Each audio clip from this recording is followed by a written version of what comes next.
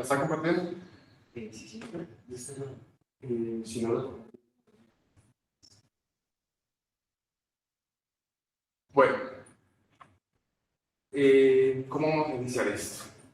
Muchas ciudades alrededor del mundo han transformado la forma en que se relacionan con el agua. Están convirtiendo el agua en el eje transformador de la sostenibilidad urbana. Tenemos que entre el 2001 y el 2018, alrededor del 74% de los desastres naturales estuvieron relacionados con el agua. Estas cifras nos muestran una desconexión entre la ciudad y los sistemas hídricos y los sistemas naturales que la soportan. Estamos hablando de más de 166.000 muertes y más de 3.000 millones de personas afectadas, esto sin contar con las pérdidas materiales. Este tipo de transformaciones nos hacen pensar que no es una cosa ambiental o únicamente técnica, sino que también es un problema social, es un problema urgente en el que tenemos que empezar a integrar el agua y la naturaleza dentro de nuestros sistemas. Mi nombre es Sergio Tapasco Franco, soy arquitecto, soy egresado de la Universidad Nacional, soy egresado del Cable, soy magíster en Arquitectura y Diseño Urbano del Politécnico de Milán y conjunto con mi compañera la arquitecta Natalia Vega desarrollamos este marco teórico llamado la ciudad regada en el agua. Lo que nosotros buscamos es realmente encontrar respuestas a cómo conectar las ciudades con el agua. Eso es lo que estuvimos buscando a través efectivamente de sistemas sostenibles. Pero para poder entender cómo conectar la ciudad con el agua, primero tenemos que ver el sistema hídrico, cómo funciona el ciclo del agua. El ciclo del agua es algo que todo el mundo hemos visto en algún momento en nuestras vidas, es un diagrama similar.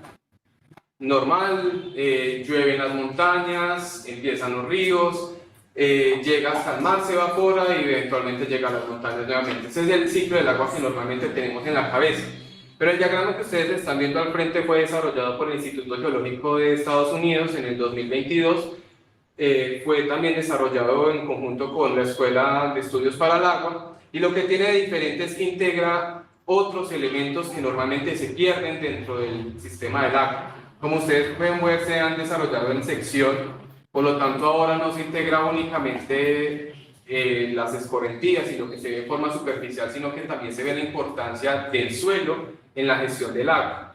Esa capacidad que se tiene de absorber el agua y de alimentar los ríos y lagunas subterráneas.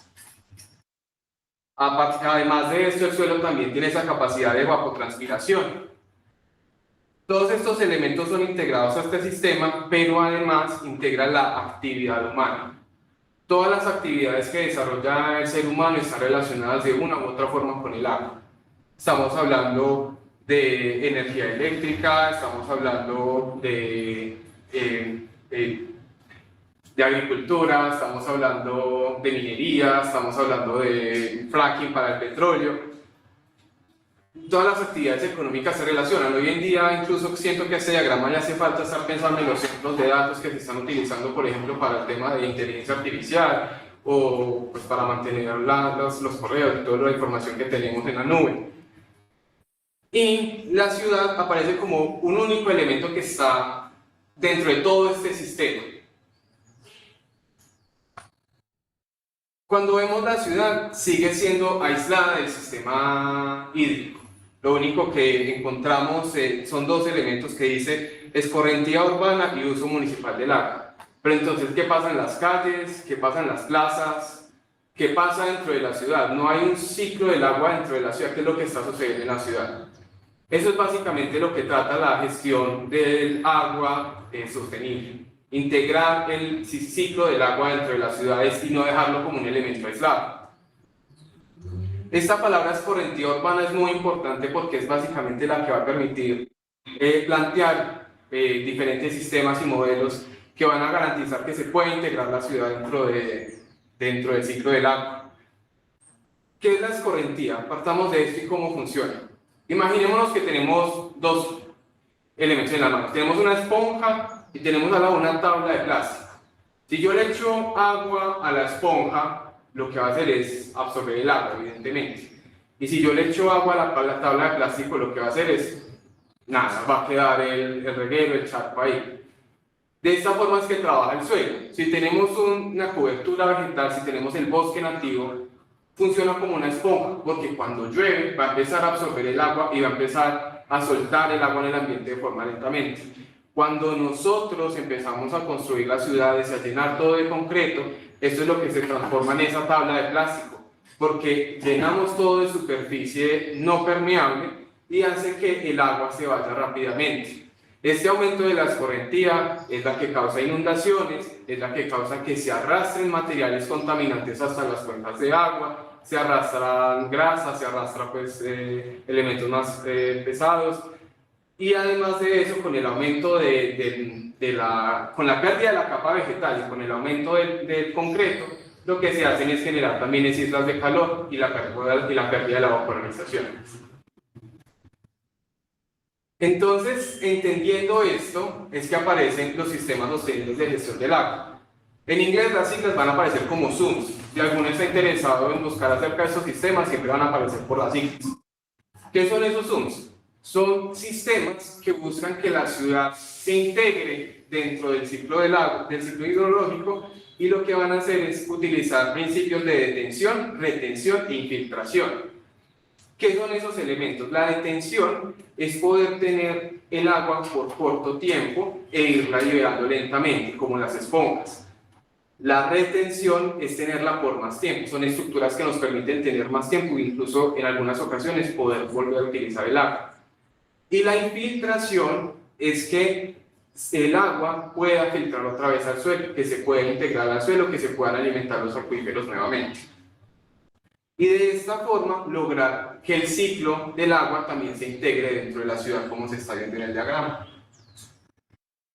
Pero ¿cómo se ha ido adoptando esos SUMS? ¿Eso dónde apareció? ¿Eso quién lo hizo? ¿Dónde lo han aplicado? Resulta que, de acuerdo con el profesor Roger Ratcliffe, se me olvidó en ese momento el apellido bien cómo se pronunciaba, él es profesor de Australia en la Universidad de Melbourne. Ellos están haciendo investigaciones en un modelo que se llama las ciudades sensibles al agua.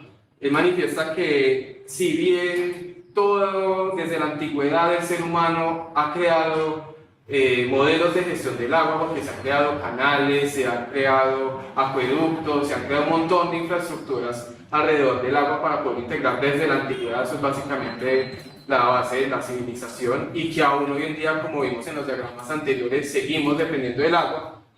Es a partir de los 90s, con la aparición de este modelo que se llama el Low Impact Development, en donde se empieza a pensar en que la gestión de las escorrentías y la gestión del agua no tiene que esperar a que llegue al río, sino empezar a atenderla desde el sitio, desde el momento en el que llega. Ese es el principio que ellos van a tener, con la intención de que cuando el agua llegue al sistema hídrico general, llegue limpia y no con el arrastre de la cantidad de grasas y basuras que normalmente llega gracias a las corrientes que aplican las ciudades.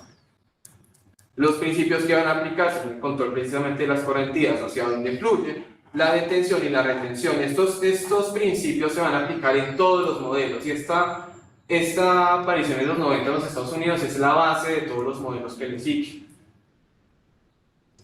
Inicialmente solo fue aplicado a las afueras de las ciudades, todavía no se hablaba de transformaciones o de hacer que todas las ciudades en los centros urbanos se fueran a integrar estas tecnologías, era únicamente en los suburbios y era también como un elemento paisajístico que se iba integrando. Esto también se va a ir desde Estados Unidos, se va a adoptar en Reino Unido y se va a llamar los sistemas urbanos de drenaje sostenibles.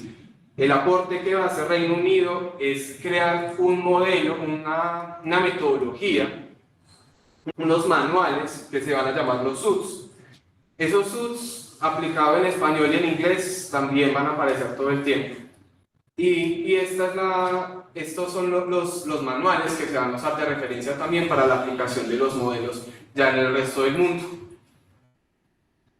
Ellos lo que hacen es dividir básicamente esas estructuras, esa infraestructura en 5 elementos básicos. Humedales artificiales, son estanques, zonas poco profundas, esa vegetación va a ayudar a retener el agua por poco tiempo. Obviamente respetar los naturales, pero también agregar elementos artificiales. drenajes filtrantes o tuberías perforadas. Esto lo que hace es que además de que va llevando las escorrentías, se va filtrando el agua lentamente, volviendo también a la tierra. Lo que buscan es precisamente que no se sature el sistema principal, que digamos es el sistema gris, que es existente. La disposición de infiltración de elementos que nos garanticen que al acumular agua vaya el agua hacia la tierra, superficies permeables que permitan que el suelo tome agua y techos verdes que también van a absorber agua. Básicamente el principio de todos estos sistemas es retener el agua el mayor tiempo posible para que no se vayan a colapsar los sistemas de drenaje y de esa forma minimizar los riesgos de inundación. Ese es el principio que van a aplicar todos los sistemas de drenaje sostenible. Este ejemplo que ven ustedes es de un modelo que se llama ya la infraestructura verde y azul. Ya cuando Reino Unido adopta este manual, ellos lo van actualizando cada año realmente. Esto se va a volver una norma europea y se adopta con el nombre de infraestructura verde y azul. El ejemplo que ustedes están viendo al frente es en Rotterdam, se llama la Plaza del Agua. Y lo que tiene interesante es que ellos ya no lo van a aplicar únicamente a las afueras de la ciudad, sino que lo van a empezar a integrar dentro de las ciudades, dentro de las urbes, dentro de los centros. En este ejemplo, ellos lo que hicieron fue una plaza existente, la adaptaron, integraron también los edificios existentes para que fueran capaces de captar agua. Y son espacios que son multifuncionales, funcionan como canchas, funcionan como áreas de esparcimiento cultural para hacer presentaciones, se llenan únicamente cuando el agua, la lluvia es demasiado fuerte, que corre el riesgo de colapsar los sistemas de drenaje. Entonces lo que hacen estas, digamos, piscinas, por así decirlo, es que se van llenando y cuando pasa ya la lluvia, la emergencia, empieza a drenarse el agua lentamente. Esto lo único que hace es darle un respiro al sistema de drenaje principal y por supuesto integrar también, entender que el agua es parte, digamos, del entorno, darle un respiro al sistema principal. Se va también por medio de evapotranspiración, se van conectando también a unos jardines que también ellos van instalando alrededor. La forma en que ellos plantean esto es con muchos detalles que hacen que durante la lluvia funcione casi que como una fuente que se activa con el agua lluvia. Entonces se llena un tanque y después se va pasando hacia los otros tanques también. Los plantean son 3 tanques en ese espacio y ellos diseñan, este diseño es de Urban Aster, una firma de Holanda, y diseñan este espacio como una fuente que se activa con el agua. Espacios multifuncionales, más o menos cómo funciona, como les estaba contando. Un espacio lo están utilizando, el otro ya cuando está lloviendo, está pasando la lluvia. No mantiene lleno de forma permanente, solamente es para planear, planificar. Es decir, van a haber inundaciones, es ser consciente de que las inundaciones son una parte natural, es algo que va a pasar en el territorio. Es planificar y pensar en dónde vamos a tener esas inundaciones y que eso se vaya a integrar dentro de los sistemas urbanos. Ese es básicamente el principio. Paralelo a esto que se está dando en Europa, esto como vimos, este es un proyecto del 2012, estos proyectos se van dando a inicios de los 2000, se van proyectando en Europa.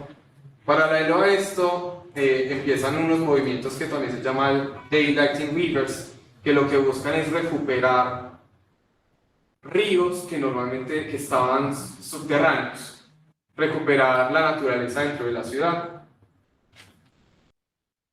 Históricamente, este proyecto es en Seúl, en Corea.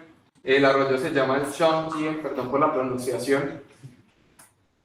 Inicialmente, ese era el único río que llegaba hacia la ciudad amurallada de Seúl.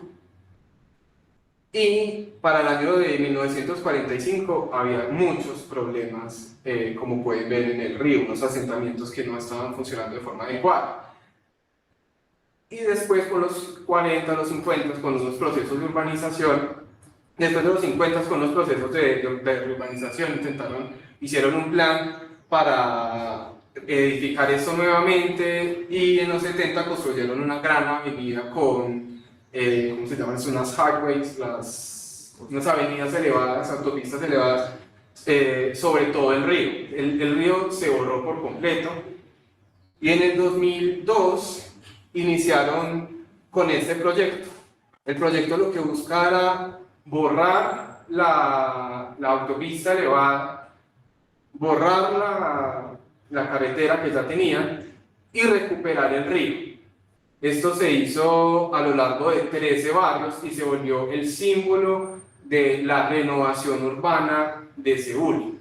Esto es muy interesante porque en muchos lados se tiene el pensamiento de que para, digamos, hacer una renovación tenemos que construir y tenemos que hacer nuevas cosas, y esto fue lo contrario, fue recuperar el río, recuperar esa memoria, y tuvieron antes que demoler, tuvieron que borrar esta autopista, esta estructura. Estuve también, cuando estuvimos haciendo esa investigación, buscamos saber si era que también había algún otro motivo, algún tipo de falla estructural, algún tipo de motivación adicional para la demolición de la estructura, y aparentemente pues todas las fuentes afirmaban de que era, digamos, la voluntad de las personas que tenían de recuperar nuevamente ese río, y además de que la autopista, este espacio se había convertido en un foco de contaminación por la cantidad de vehículos, la inseguridad que genera por estar elevada, la cantidad de sombra que se producía. Entonces todos estaban de acuerdo en que esa estructura se tenía que ir y generar nuevos espacios. Hacen un proceso de renaturalización. También, si bien digamos estrictamente esto no es aplicar sistemas urbanos de drenaje sostenible, porque esto no es drenaje, esto es reno literalmente del río, acá estamos viendo cómo se va incrementando las zonas verdes, cómo se va integrando nuevamente la naturaleza y el agua se vuelve a conectar con la ciudad. Este es uno de los sitios más emblemáticos de Seúl, y es pues, alrededor de toda esta zona es donde saca ahí todas las zonas turísticas de la ciudad. Otro ejemplo similar de este movimiento es la recuperación del río del Sawmill en Nueva York. En sus orígenes era bastante importante porque ahí estaba todo el comercio, estaba la pesca, cuando se estaban instalando en este lugar. Sin embargo, también durante los procesos de industrialización se tomó la decisión de canalizarlo, de entubarlo. Y lo que pasó al final es lo que están viendo en pantalla, que tenían esto convertido en un parqueadero. La decisión durante los 2012 fue de recuperar ese río, y se volvió también el proceso de renovación urbana del lugar. Recuperar el río, recuperar esa memoria, y con esto se reactivó el comercio en la zona, se mejoró el turismo y empezaron a instalar un proceso de renaturalización de ese espacio que mejora la calidad de vida de todas las personas que viven en ese sector.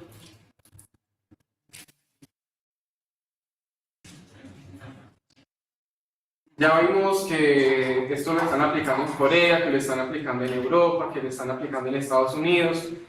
Cuando este proceso llega a China, esto explota. Es un proceso.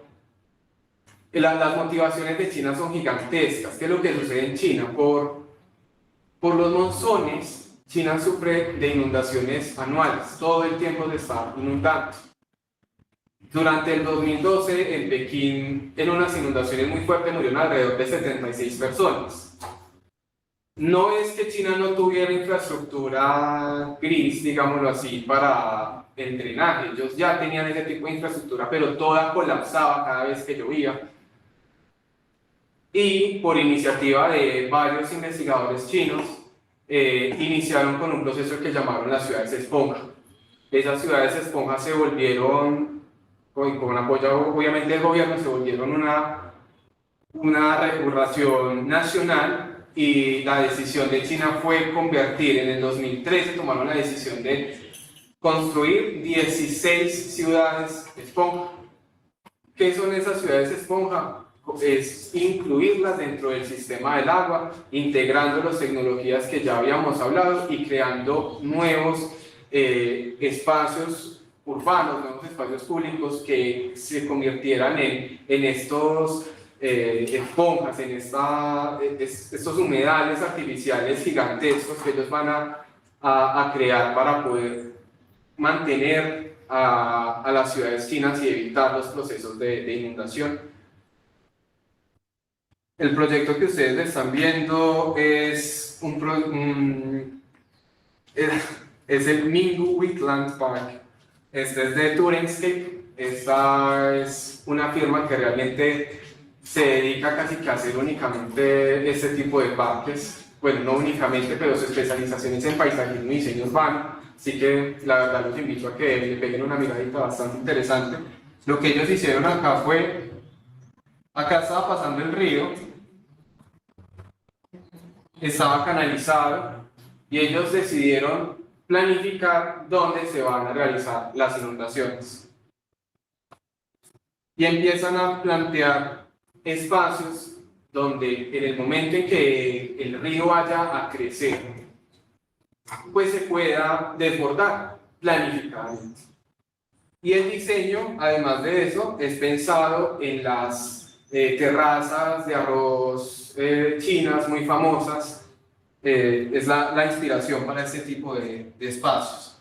Adicionalmente, pues, que son bellísimos, pues también involucran unos procesos de educación, siempre se están pensando en cómo, o sea, están todos señalados, están educando siempre a la gente en temas de cuál es el tipo de fauna y flora que se tiene que estar manejando ahí, y agregan un factor que no se había agregado antes en el manejo de estos sistemas, y es el factor de tecnología. Y es que los chinos empiezan a monitorear todos estos espacios, empiezan a ver si realmente es capaz de soportar la cantidad de agua que está lloviendo, en qué momento hay algún riesgo de colapso. El sistema de monitoreo es algo que va a caracterizar el uso de las ciudades esponja. Las ciudades esponja se vuelven no solamente una política china, sino que se empieza a difundir. Y muchas ciudades alrededor del mundo los van a encontrar de que adoptan este tipo de políticas bajo el nombre de ciudades esponja. En Nairobi las están adoptando bajo el nombre de ciudades esponja. En Alemania, por alguna razón, siendo que ellos ya tienen el Green and Blue Infrastructure, ellos también agregan esto de las ciudades esponja. Y en este caso es un proyecto de Tailandia. Este proyecto lo que hace es coger una zona industrial que ya estaba en desuso, la transforman en un humedal artificial y demueven toda la infraestructura que había, integrando el elemento de la naturaleza y buscando que la ciudad se integre con el ciclo del agua. Este es el principio. Normalmente las ciudades esponjas se caracterizan porque son infraestructuras muy grandes. Si ustedes ven que al principio se estaban utilizando solamente elementos pequeños, que si las zanjas, que si algunos humedales, pero no eran los parques tan grandes que se están en este momento proponiendo en China. En este caso, este es el último proyecto de Turens que lo terminó en el 2022. Y de China nos vamos para Australia, y Australia va a proponer lo que se llaman las ciudades sensibles al agua. ¿Qué es lo que pasa con las ciudades sensibles al agua? Australia, como es un país democrático, le va a poner el foco a las personas, cómo las personas se vinculan dentro de estos procesos. Eso no pasa en China, evidentemente, el sistema político es completamente diferente. Entonces, si el gobierno chino dice, mañana vamos a hacer 13 ciudades y van a adoptar esta modalidad, se hace y ya está. En el caso australiano, por el modelo político, la forma en que se piensa ciudad es diferente. Y ellos arrancan pensando en que es la persona, es la comunidad realmente, la que se tiene que vincular con el agua. Y gracias a esto ellos dan un aporte, pues en este foco ellos dan dos aportes importantes, son dos conceptos. El uno es algo que se llama el contrato hidrosocial y es precisamente definir cuál es la relación que tiene la comunidad con el agua. Si yo tengo una relación de carencia, si no tengo agua, no tengo agua potable, es muy difícil que yo esté a favor de estar pensando en estar montando sistemas de drenaje sostenibles, porque es que mi necesidad básica aún no ha sido saciada. Ese es básicamente el principio de las ciudades sensibles al agua. Cuando yo entiendo la relación que tiene la comunidad con el agua, puedo empezar a proponer soluciones. Y ellos, el otro concepto que van a poner es el concepto de manejar una transición para llegar hasta estas ciudades sensibles al agua. ¿Cómo funciona esa transición? Ellos inician, lo primero y lo más básico es tener una ciudad que sea capaz de suplir el agua, de tener acceso a agua potable. Si no tengo acceso a agua potable, no puedo ponerme a pensar en instalar otras infraestructuras. Luego, empezar a pensar en sistemas de alcantarillado. ¿Tenemos alcantarillado o se está arrojando todo directamente a los ríos? ¿Qué está pasando? ¿Cierto? Entonces, pensar en las necesidades básicas. Lo tercero que ellos plantean es pensar en una ciudad que drene, ¿cierto? Ahora sí, pensar, bueno, ya podemos empezar a pensar en los sistemas de drenaje, que garantizar de que además de que se están cumpliendo las necesidades básicas, no se esté inundando la ciudad. Con estos añado, tendría lógica empezar a pensar en lo que ellos llaman las waterway cities, que son ciudades que además incluyen infraestructura que conecta la ciudad con el agua. Ya si estamos hablando de instalar malecones, de empezar a pensar en parques al lado del agua, de empezar a pensar en lagunas artificiales, en todo este tipo de cosas. Lo que le sigue a este tipo de infraestructura es lo que ellos llaman la ciudad que está involucrada en el ciclo del agua. Esa ciudad que está involucrada en el ciclo del agua es la que, además de satisfacer todas las necesidades anteriores, está empezando a implementar infraestructura que sirve para incluir la ciudad en el ciclo del agua, que digamos ahí ya estaría la aplicación de los sistemas anteriores. Digamos que una Sponge City estarías en este punto de estar pensando en que se van a involucrar en el ciclo del agua. Y por último están las ciudades sensibles al agua, que es que ya hay un cambio cultural, no es solamente un cambio de infraestructura, sino que las personas son capaces de entender de que el agua se tiene que cuidar, de que las industrias estén pensando en cómo hacer que este recurso rinda más, de que la sociedad en general pues, se integre en este sistema y que además sea un tema generacional, que la siguiente generación sea capaz de adoptar este pensamiento. Es un cambio cultural total. Hoy en día no hay ninguna ciudad en el mundo que cumpla con los criterios de una ciudad sensible al agua. Esta es una meta que se plantearon en Australia en el 2012 y que en este momento ellos están trabajando en ello. Tienen un centro de investigación en el que ellos tienen muchos materiales, ustedes los pueden buscar, es el Water Sensitive City, ustedes lo buscan igual y ellos ya inmediatamente los arrojan a un montón de recursos acerca de ellos, cómo buscan integrar a la gente en este tipo de sistemas. Como pueden ver, es un sistema que es algo que es a largo plazo, eso no se va a realizar ahorita, y para ellos es una urgencia porque es que Australia, para el 2050 se está pensando que es uno de los países que más probabilidades tiene de sufrir estrés hídrico. El estrés hídrico es que la demanda de agua es mayor que la oferta de agua. Entonces, para ellos esto no es solamente un tema de innovación tecnológica, sino que es un tema de prepararse para las cosas que están llegando. Es un país que en la mayoría es árido o semiárido, entonces para ellos realmente es una necesidad. Y ahora pues seguiría pensar, bueno, ¿qué está pasando en el contexto colombiano? Me gustaría saber si algunos de los acá presentes han escuchado que algo así se esté gestando en Colombia. No. En Medellín están planeando, bueno, es una cosa que se hizo hace 100 años, por ahí 80 en Bogotá y en varias partes, canalizar las quebradas para hacer vías, como la avenida Jiménez en Bogotá o la calle Séptima, y en Medellín la playa. Ahora que estuvimos en Medellín con una salida académica, me enteré que hay, eso es complicadísimo, pero están en el plan de rescatar la quebrada Santa Elena, que es la playa, que baja por todo el centro, de arriba, en montaña, hasta el centro. Hay un proyecto para rescatar la quebrada y hacer los bulevares que existían hace 100 años, y la quebrada al aire libre. Buenísimo. Me parece que eso vale un montón de plata, pero hay una propuesta para hacerlo. Pues yo creo que encuentro mucha similitud un poco el proyecto que mostraste de Corea, donde por todo el proyecto de Parques del Río de Medellín, donde también creo que se buscó integrar un poco más a la comunidad con el río y diseñar un poco pensando más en el agua y en cómo fluye el río, que poner un proyecto arquitectónico en ese contexto. Ese tipo de proyectos son buenísimos. Lo que sucede digamos, también está el parque de Cali, el parque de Río también en Cali, pero lo que sucede es que estos proyectos normalmente son más paisajísticos que de integrar a la ciudad dentro del sistema del agua. Una cosa, digamos, es por ejemplo lo que está en el proyecto, que es ya recuperar una quebrada, que eso ya va a una acción sobre integrar realmente y recuperar ese tipo de cosas, a integrar, digamos, en el espacio público, que está buenísimo y que es necesario y que es algo que se tiene que hacer, pero digamos que no está tanto en el enfoque que se da en ese tipo de sistemas. Y nos decían en EPM que lo que pasa es que eso para una ciudad eso es un proyecto de miles de millones de pesos.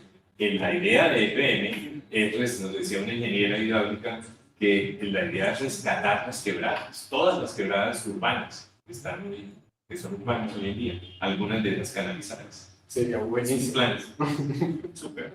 Sergio, en Bogotá también el río Bogotá se está en planes de, a partir de la nueva planta de agua, para recuperar el río Bogotá y todas las quebradas.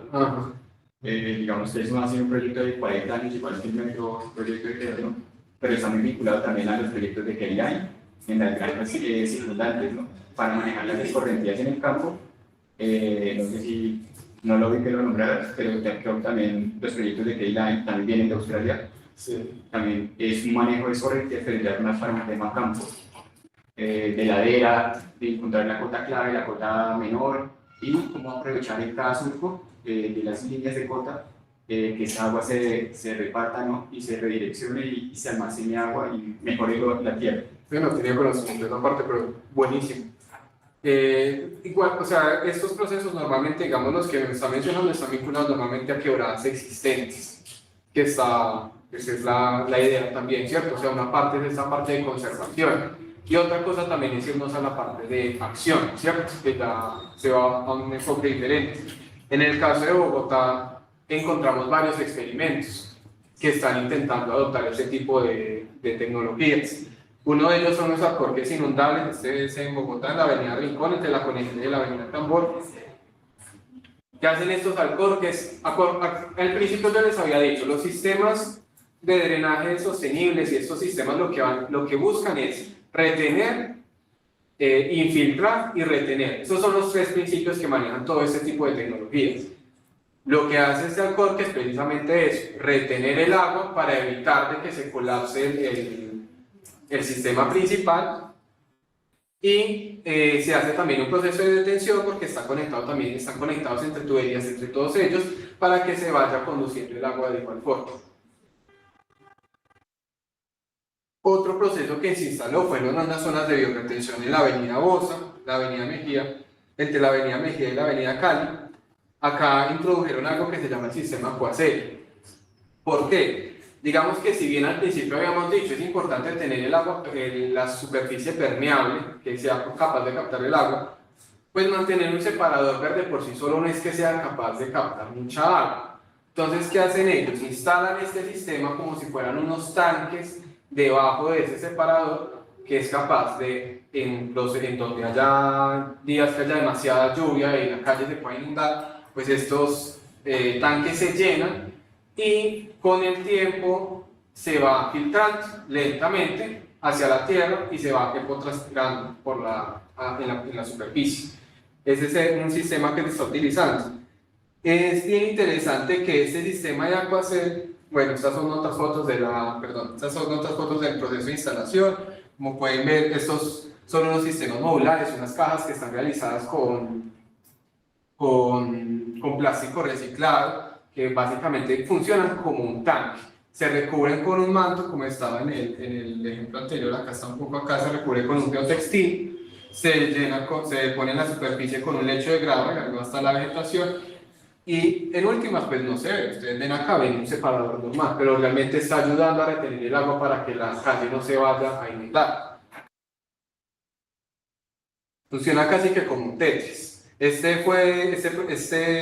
tecnología es desarrollada, digamos, en Europa, pero la trae acá la empresa PAP, ellos le llaman el sistema Quasar.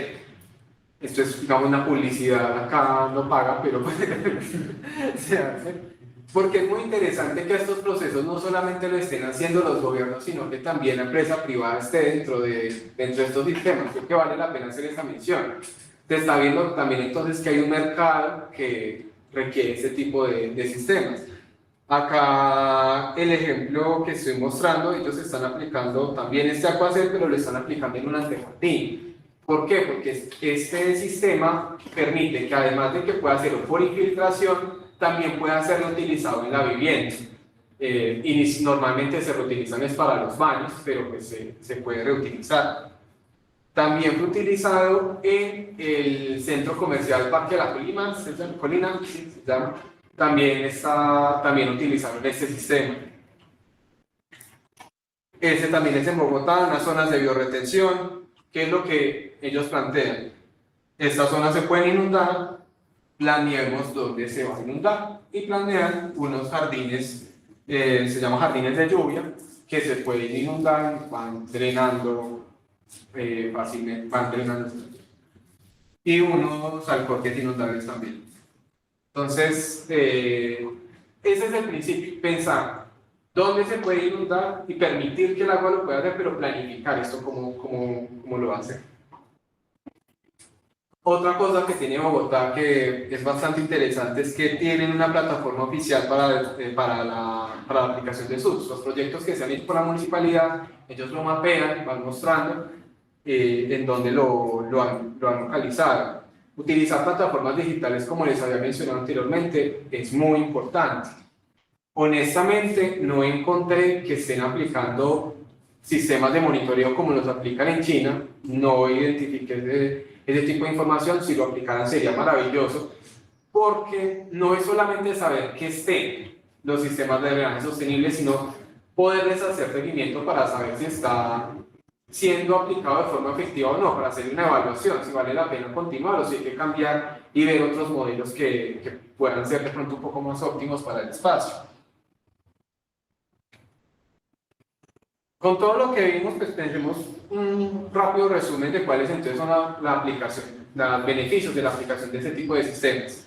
La reducción de riesgos de inundaciones, mejora la calidad del agua, la recarga de los acuíferos, recordemos que los acuíferos son todos los ríos, lagunas subterráneas, la mitigación del efecto de isla de calor por la reducción de la superficie no porosa, el aumento de la biodiversidad urbana, principalmente obviamente por integrar espacios de agua y vegetación, pues esto también atrae fauna nativa. La adaptación climática y la resiliencia urbana, como hablamos de la motivación que estaba teniendo Australia para la creación del modelo, revalorización del entorno urbano, como fue el caso que vimos en Seúl, que se revalorizó todo ese sector y se creó un montón de torres alrededor. La creación de espacios verdes multifuncionales, la diversificación del paisaje urbano y el ahorro económico. ¿En qué va en la parte del ahorro económico? En el caso de China, la otra motivación que ellos tuvieron para realizar este proyecto fue como se hacían las inundaciones cada año, pues hay unas pérdidas económicas anuales. No solamente el tema de vidas, pero también el tema de, bueno, cuántos vehículos, la cantidad de damnificados, cómo se van a atender, esto cuesta dinero, y hacer esto cada año, pues se va incrementando y se va incrementando. Entonces ellos lo tomaron desde una lógica que si hacemos esa inversión desde ahora, pues reducimos los gastos que se van a tener que hacer si no hacemos nada desde hoy. Esa fue la lógica que también aplicaron en China. Es importante mencionar, en los últimos años, algunas de estas ciudades han tenido problemas también con inundaciones, aunque ya han aplicado este tipo de sistemas. Lo que pasa es que en China o sea, los procesos con ¿cómo se llaman? Los sifones, no, se me olvidó, bueno, ellos tienen estos procesos de lluvias intensos cada año. Creo que tifón, sí. Ellos tienen esos procesos intensos de lluvia cada año y en los últimos años se ha aumentado la descarga de lluvia, la lluvia en estos sectores, lo que ha hecho que incluso varios de estos sistemas colapsen. Entonces ellos están en una constante evaluación de estos sistemas, cómo lo pueden mejorar, qué pueden estar haciendo.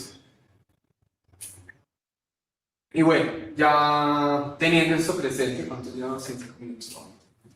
Entonces, teniendo en cuenta esto, arranca el tema de lo que es la ciudad enraizada en el agua. Ese fue el nombre que nosotros le dimos al marco metodológico que nosotros estuvimos planteando junto con mi compañera. Y básicamente lo que hicimos fue, de muchos modelos que estuvimos analizando, de varios ejemplos, de varias ciudades, empezar a pensar cuáles eran las motivaciones, no solamente entender el proyecto, sino qué es lo que impulsaba a que se estuvieran realizando estas obras. Y estos lo agrupamos en 3, lo que nosotros llamamos raíces básicas de estos problemas. El uno es la raíz social, muertes que se han generado por inundaciones, la necesidad de conectarse con las personas, por ejemplo, en el caso de las ciudades sensibles al agua, la necesidad que tiene de incluir a las personas dentro de estos sistemas. La raíz histórica, como en el caso que vimos de Seúl, como en el que vimos de Yorkers, en donde buscan reconectarse nuevamente con estos paisajes que se han perdido y que también se conecta con la parte simbólica también de verlo como un nuevo comienzo para la ciudad. Y evidentemente la raíz natural de ese problema, que es que la ciudad se desconecta de los sistemas naturales y que tenemos que integrarnos para garantizar que tengamos una sostenibilidad y un paisaje, digamos, una ciudad resiliente, buscando que la ciudad sea sostenible y con identidad y que tenga resiliencia, mezclando, digamos, estas dimensiones. Teniendo en cuenta esto, nosotros vamos a aplicarlo a testear esta idea, la vamos a testear en la ciudad de Barranquilla.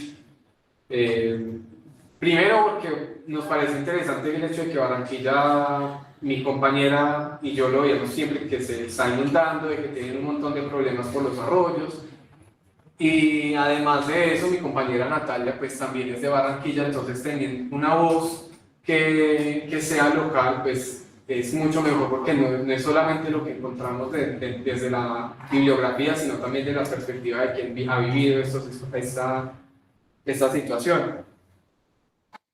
Barranquilla es una ciudad que está al norte de Colombia, yo creo que más o menos todos la ubicamos en el mapa, y está al final de lo que es el sistema de la macrocuenca del sistema Magdalena-Cauca. Es muy importante tener en cuenta de que Colombia está dividido en 5 macrocuencas, y en este sistema se produce el 70% de los cultivos del país, el 70% de la energía hidroeléctrica y el 95% de termoeléctrica.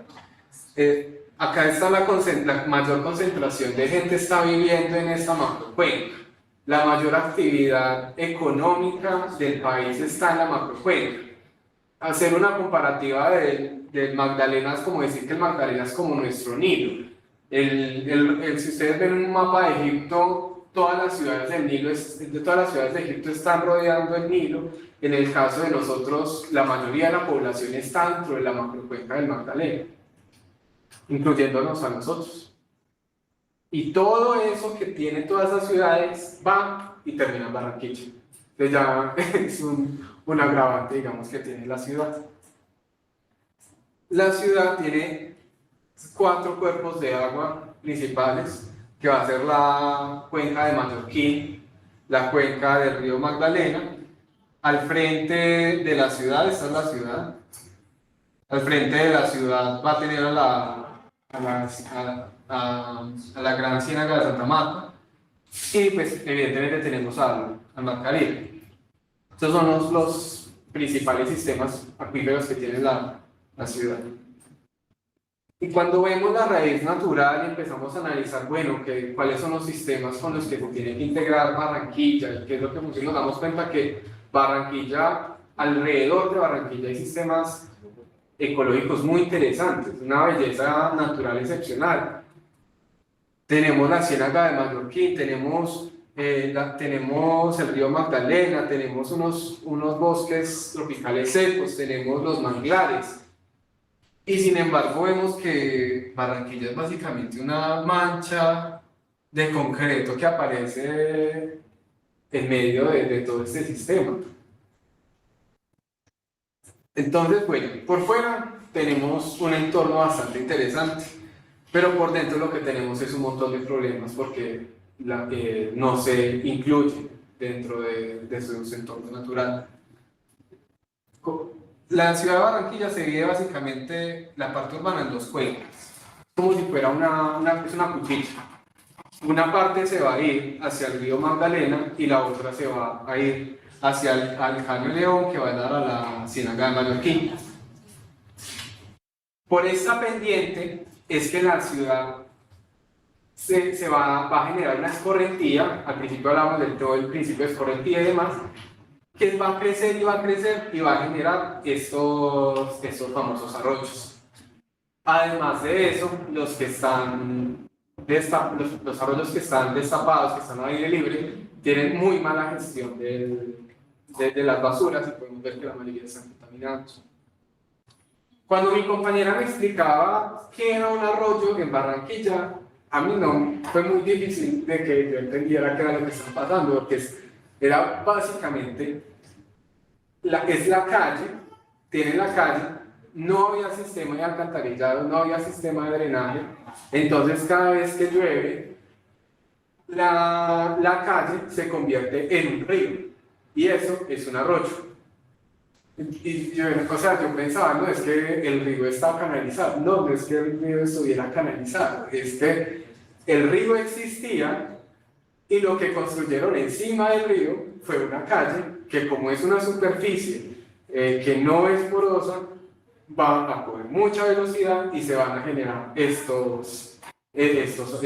problema que están viendo acá, que son los arroyos. Cabe mencionar que desde el 2017 la alcaldía de Barranquilla ha iniciado unos procesos de canalización de estos arroyos que ha reducido el riesgo, porque es que esto ha generado muertes, o sea, esto no es solamente un tema de pérdida material. Han empezado con los procesos de canalización y si bien se disminuye el riesgo, todavía, digamos, no está funcionando de la forma más eficiente y hay algunas zonas en la ciudad que todavía necesitan más intervenciones. Cuando empezamos a ver, ¿se acuerdan? Les mencionaba el tema de las raíces históricas, cuando empezamos a ver las motivaciones históricas, vemos que al inicio Barranquilla realmente tenía una muy buena relación con el agua, pues básicamente esa localización que le da cerca al mar, cerca al río Magdalena, pues fue el motivo por el cual inició. Cuando nosotros veíamos las imágenes, nosotros decíamos, no, pues, ¿qué es esto? ¿Qué clase de gente pues con vestido, traje acá? ¿Qué es Venecia o qué es lo que tenemos acá? Que no se parece nada a lo que está actualmente. Y los arroyos pues realmente casi ni se notaban porque la ciudad se llamaba La Arenosa precisamente porque la ciudad estaba, pues las calles eran destapadas, tenían un montón de arena, entonces pues básicamente era como tranquilitos de agua que pasaban de vez en cuando por la zona. Sí se registra que para este tiempo también habían algunos problemas de inundación, pero era por la crecida de los ríos, más no por el tema de los arroyos. O sea, veamos, esto era Barranquilla en el 1777, es un pitico de nada. Y esto es Barranquilla en el 2010. ¿Qué es importante? Acuérdense de lo que les explicaba al principio. Tenemos un suelo que es una esponja y tenemos una superficie que es como una tabla de plástico. En el momento en que se va desarrollando todo esto, se pierde la capacidad de absorción del agua. Entonces, toda esta agua que se va a drenar y que igual tiene que ir hasta el río Magdalena se convierte en este problema que nosotros habíamos identificado anteriormente. Una de partes que nosotros queríamos identificar también era como cuál era el momento en el que Barranquilla, estos arroyos empiezan a volver un riesgo, ¿cierto? Que ya no están vinculados para absolutamente nada. Y nosotros identificamos esto, fue después de 1920, este cambio de plano, en donde lo que pasó durante este tiempo fue que apareció el puerto de Barranquilla, hubo un aumento en la industrialización, llegó mucha gente, llegaron muchos asentamientos a esta zona, haciendo que la ciudad creciera de una forma descomunal. Este es el arroyo El Rebolo, que en ese entonces servía como el borde, por así decirlo, el borde sur de la ciudad, y creció, este ya es para el 44, ya se había superado mucho ese borde, y esto es lo que tenemos en el 83. Ese crecimiento descontrolado, sin sistemas de canalización, sin sistema de alcantarillado en muchos casos, sin sistemas de drenaje, pues es lo que causa evidentemente ese problema. Cuando nosotros empezamos a ver el factor social, nos damos cuenta pues, de una realidad que nos chocó mucho. No podíamos utilizar el concepto de hydrosocial contract, el concepto de contrato hidrosocial que usaban en Australia. Y aunque está enfocado en que la persona tenga esa relación con el agua, con la comunidad, la relación que tiene la comunidad con el agua, era imposible porque debido a las desigualdades que tiene Barranquilla, que tiene la mayoría de ciudades latinoamericanas, es como tener muchas ciudades dentro de la misma ciudad. Entonces, unas personas van a tener una relación de carencia porque no tienen buen sistema de drenaje, porque incluso algunos no tienen alcantarillado, mientras tenemos otras zonas que ya se han recuperado, zonas con muy buenos parques, zonas que tienen incluidos los arroyos, incluso campos de golf que están todo el tiempo regando,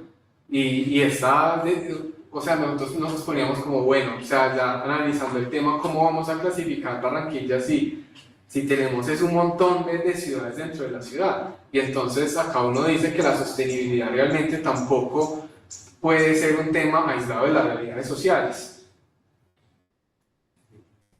Además de eso, nosotros empezamos a leer toda la documentación que tenía el POT, el manual de construcciones que tenía Barranquilla, y nos damos cuenta de que prácticamente el POT y el manual de construcciones tenían como un tema de romantización de la norma, en donde no era como acorde a la realidad.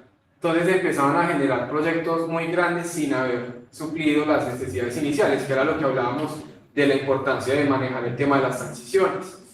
Identificamos que pusimos a Barranquilla como en un intermedio entre una ciudad que puede suplir el agua y una ciudad que tiene alcantarillado, porque sí es verdad que toda tiene acceso a agua potable, pero el alcantarillado hay unas zonas en donde identificamos que todavía no funciona de forma eficiente. Y digamos el paso siguiente sería pensar en cómo va a funcionar ese drenaje, que evidentemente Barranquilla no es una ciudad que drene con facilidad. Y con eso empezamos nosotros a plantear unas estrategias. Planteamos estrategias que eran físicas y no físicas. Esto fue con ayuda de mucha información del profesor Humberto Ávila, que está estudiando la posibilidad de aplicación de sistemas de drenaje sostenible en Barranquilla desde el 2015. Él es profesor de la Universidad del Norte y él nos explicaba, por ejemplo, que en Barranquilla no podemos llegar a la simplificación del discurso de aplicar los sistemas de drenaje sostenible. ¿A qué voy con la simplificación? Por ejemplo, en el norte de Europa hay movimientos ambientalistas que están diciendo que lo que tenemos que hacer es destapar muchas carreteras, pues lo que esté en concreto, para convertirlo en superficie drenante, en superficie porosa que permita la infiltración y demás. Que eso es verdad, es válido, pero en el caso de Barranquilla hacer esto no funciona. ¿Por qué? Porque es que los arroyos ya existían. Entonces, aparte de eso, la capacidad que tenía el suelo de Barranquilla para captar estos sistemas, o sea, nos tocaría casi que demoler Barranquilla completamente como para decir que se va a captar. Entonces no tiene ningún sentido. Así que bueno, empezamos a pensar en diferentes estrategias y lo que nosotros hicimos fue como una especie de manual que pues, es mucho más largo, no vamos a detenernos en de ellos, pero sí más o menos entender qué es lo que nosotros estuvimos proponiendo. Empezamos a identificar dónde estaban los arroyos, cuáles se tenían que conservar, cuáles se podrían llegar a intervenir, empezar a hacer ciertas clasificaciones. Empezamos a identificar algunos escenarios, cuando están siempre, por ejemplo, en este caso, que está el arroyo entre muros, pues se pueden pensar también en procesos de renaturalización dentro del mismo arroyo, sin necesidad de demoler los muros, pero empezar a integrar naturaleza dentro del arroyo. Empezar a integrar procesos de gestión de residuos para evitar que lleguen más basuras a los arroyos, que se puedan captar en el lugar y evitar pues manejar un poco el proceso de contaminación. Y en este punto me quiero detener un momentico, es importante mencionar, por eso también están las estrategias no físicas, porque cuando nosotros estuvimos haciendo el análisis, muchas personas ya han hecho investigaciones acerca del problema de basuras en Barranquilla, y es un problema que todos llegan a la conclusión de que es un problema social. Llegan los arroyos y las personas, muchas personas lo que hacen es decir, hay un colchón que tengo que botar, arrojan el colchón y que se lo lleve el arroyo. Lo que tienen en la casa lo empiezan a sacar y que se lo lleve el arroyo, ya no es problema de ellos. Entonces, no es solamente poner infraestructura, sino que también hay que hacer mucho énfasis en que los cambios en las ciudades también son problemas sociales y se tienen que plantear estrategias que involucren a la comunidad en estos puntos. Y enlazar los sistemas de movilidad y los sistemas ambientales. Hay ciudades en las que vimos que, por ejemplo, las ciclorrutas involucraban sistemas también para ayudar a la captación de agua, la aplicación de sistemas de drenaje sostenible, como es identificar zonas verdes, zonas donde podemos instalar tanques. En el caso de Barranquilla toca tanques propiamente. Y esto encontramos, por ejemplo, que en Barranquilla, para los años 80 y 90, muchas casas con tipología de 5 pisos tenían tanques a las afueras, en los antejardines de la ciudad. Estos tanques era porque el agua no llegaba de forma eficiente, entonces ellos mantenían los tanques ahí. A los inicios del 2000 se mejoró el sistema de acueducto y muchos de estos tanques dejaron de ser utilizados. De acuerdo con el proveedor Ávila, reactivar estos tanques es una posibilidad de disminuir la cantidad de agua que llega a las calles. Y bueno, pues mejorar el tema vegetal y demás. Nosotros lo que hicimos fue aplicar todas estas estrategias en un solo de los arroyos. En este caso fue en el Rebollo que les había mencionado al inicio pues, de la presentación de Barranquilla. Tiene varias fases, una parte que está abierta, digamos, en donde llega el agua. Hay otra parte que está canalizada actualmente, otra parte que está destapada. Empezamos a ver cómo podríamos ir aplicando las estrategias que mencionamos. Son mucho más, pero bueno, vamos identificando las que están ahí. Y además de esto vamos generando el plan master plan, una propuesta, digamos, inicial de cómo podría llegar a verse una de estas raíces. Nosotros identificamos el proceso de los arroyos, como si cada una de estas fuera una raíz que fuera a conectar con el río Magdalena. Y empezamos a hacer unas secciones, cómo se podría vincular, aplicar este tipo de tecnologías, ver qué se estaba aplicando en Colombia, qué no se estaba aplicando. Por ejemplo, el tema de terrazas verdes, el techo verde, aunque es muy romantizado en Europa y se utiliza mucho, acá se tiene la concepción de que al parecer aumenta mucho los costos por mantenimiento, así que realmente no es muy aplicado, por lo que es mejor, por ejemplo, utilizar los antejardines y otro tipo de sistemas. Empezamos a mirar, bueno, cómo podría llegar a ser esta ciudad si empezamos a aplicar este tipo de sistemas. En este caso ya estaba canalizado y acá aplicamos lo que sería la demolición de unas fábricas que estaban, unas en abandono, ya en muy mal estado, es un sector que realmente es muy inseguro, y poder reactivar este espacio como una zona deportiva y valorar que en este punto el arroyo deja de estar canalizado y sale al aire libre y darle algunos espacios para que pueda inundarse, que pueda abrir, pensando en dónde puede llegar a estar. hay muchos colegios, llegamos a plantear, bueno, ¿qué pasa si de pronto los colegios también tienen esta capacidad de retención de agua, que aparte les puede servir mucho porque lo pueden utilizar también en los baños? Entonces son estrategias que se podrían llegar a utilizar, las visualizaciones, los sistemas de captación para basuras dentro de los arroyos. Y bueno, esta es una triste imagen de la realidad. Resulta que en julio del 2024 nosotros empezamos a tomar todas las fotos, todo estaba destapado, hicimos preguntas pues con varias personas, y para diciembre del 2024 y ya se están adelantando las obras del llamado Malecón Suroriente, que básicamente lo que tiene como finalidad pues fue tapar todo el arroyo, lo taparon por completo y aún así lo llaman malecón. No, el malecón yo no lo veo, pero es la denominación que yo les di. ¿Cuál es el problema? Si bien se aumentó el espacio público, porque sí, acá integraron un montón de parques y el proyecto pues no es solo eso, si fuera para diciembre, pero si bien integraron el espacio público, es muy triste ver cómo otros países están intentando recuperar sus cuerpos de agua y acá esto está ocurriendo, acá están los tapanes. Es básicamente un poco como la imagen de lo que está pasando. Y bueno, muchas gracias por este espacio para compartirlos. Quería dejar era con este tema que creo que es innovador, que es algo sobre lo que se está escribiendo todos los días. Es algo que es realmente nuevo, como podemos ver, es algo que inicia desde los 90 y todavía se están desarrollando investigaciones. Cada vez sale algo nuevo al respecto de esto, que en Colombia apenas lo estamos adoptando. En Bogotá se adoptó los sistemas urbanos de drenaje sostenibles en el 2023 con la actualización del manual de espacio público. Entonces es algo en lo que realmente incluso nosotros estamos en un proceso de adaptación y de integración a nuestro territorio, y que invitarlos a que puedan llegar a aplicarlos también en sus proyectos y que integremos la ciudad del sistema del agua.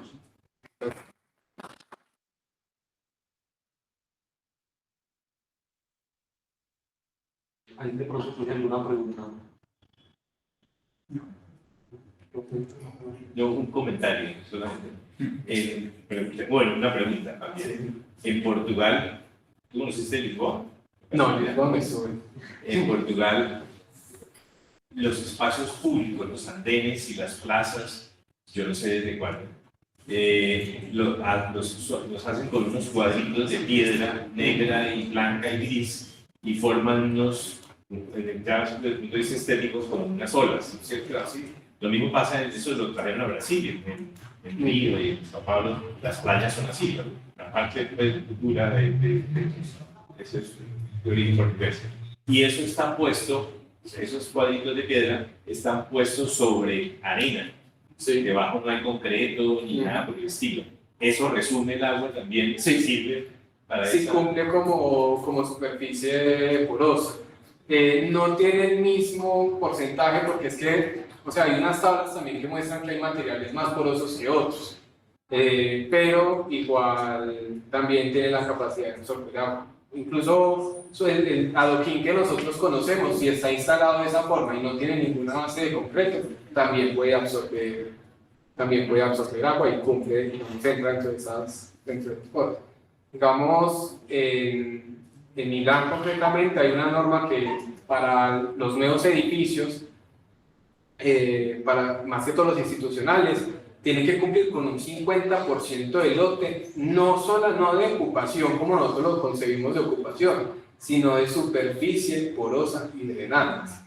Y ellos, digamos, ya tienen parte de eso involucrado dentro de su normativa. Y se vale también tener ese tipo de superficies. Yo tengo una pregunta. Bueno, primero agradecerte por la charla, estuvo de verdad muy buena y creo que es un tema del cual nos habla mucho y debería comenzar a hablarse muchísimo más. Mi pregunta va hacia de pronto la primera parte de la conferencia, y nos hablabas acerca como de las redes históricas. No sé si valga la pena, también quisiera preguntarte si esta antigua ciudad mexicana, busca el nombre, llamada Tenochtitlán, cuenta como una ciudad esponja, ya que esta, no sé si la conoces, es una ciudad construida donde todo su entorno está en agua, y también no sé si valga la pena ver qué técnicas tenían para convivir con su cotidianidad junto con el agua. Es curioso porque, o sea, realmente no es una ciudad de esponja porque ellos no están absorbiendo agua, siempre es una ciudad flotante, prácticamente lo que ellos tenían. Es curioso porque hace un par de años se presentaron unos proyectos de ciudades flotantes, creo que es en Holanda, en donde se presentó como la última innovación, ¿no? Las ciudades flotantes de Holanda, y muchos mexicanos precisamente hacían el comentario de, ven, eso ya se hacía antes de que ustedes llegaran a América. La verdad son medidas que se están utilizando en ciudades en países como Holanda o en zonas costeras, en pensar en tecnologías que permitan que se pueda flotar, incluso en utilizar lagunas y demás para cultivar sobre esto. Hay países que están intentando recuperar. Digo recuperar porque ellos lo toman como una innovación, pero eso ya existía bien como lo estás diciendo. Sí, esponja no es porque no absorbe, pero es importante. Lo que pasa es que hay muchas formas de relacionarse con el agua y depende del entorno en el que esté. En procesos de expansión, en ciudades que están creciendo a un punto pues ya desbordado, este tipo de tecnología las están mirando con muy buenos ojos y están intentando verlas también como un futuro. Además porque se menciona mucho que con el aumento de las temperaturas, el aumento del nivel de los mares, muchas ciudades se pueden inundar, entonces están evaluando ese tipo de tecnologías. Muchas gracias. ¿Alguien más tiene alguna duda? Eso sería todo. Muchísimas gracias. Muchísimas gracias a todos por asistir. Espero que les haya servido, que les haya gustado. Y el próximo miércoles tenemos la próxima charla. Que estén muy bien. Allá hay café de pronto para los que se quieran saber.